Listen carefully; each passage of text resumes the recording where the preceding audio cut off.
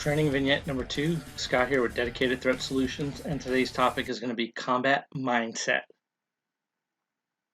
Combat mindset is defined as an aggressive combat mindset is possessed by people who can screen out distractions while under great stress to focus on the mission and are willing to go into harm's way against great odds if necessary.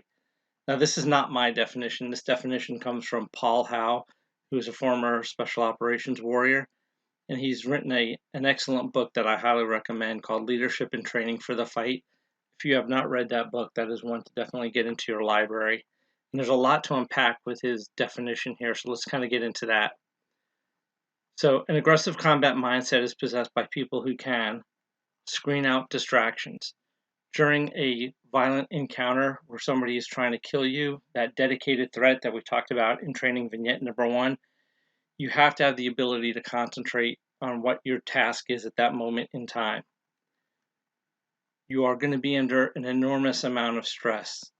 Think about in your particular life, have you ever actually encountered a dedicated threat, that person whose only goal and objective is to seriously injure or kill you? If you have, then you understand what stress is. So you're going to have those psychological and physiological reactions to stress. Psychologically, you're going to have that fight, flight, or freeze.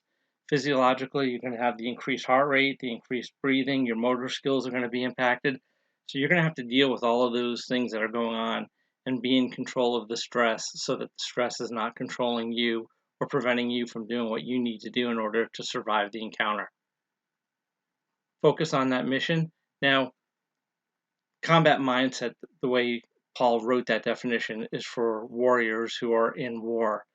Most citizens, law-abiding individuals don't necessarily have a mission that they're on in their normal everyday life.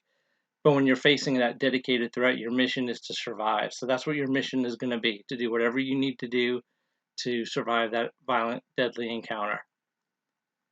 And then willing to go into harm's way against great odds if necessary.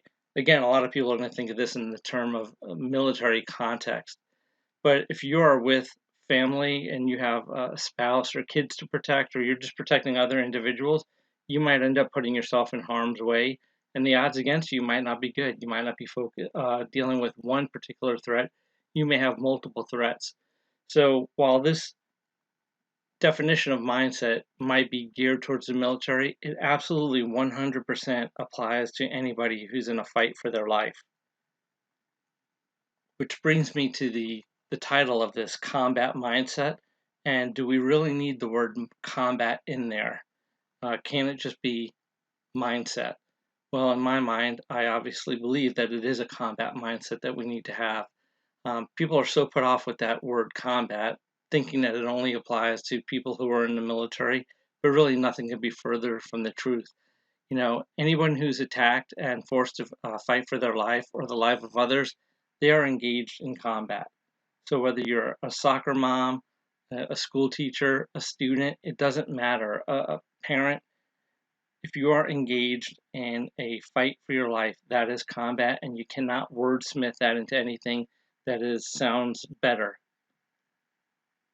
So combat is not restricted to a job title. It's not restricted to anything. You know, when violence is directed at you, your job title, your job descriptions, those all become irrelevant, and you have to focus on that task at hand, and you are in combat.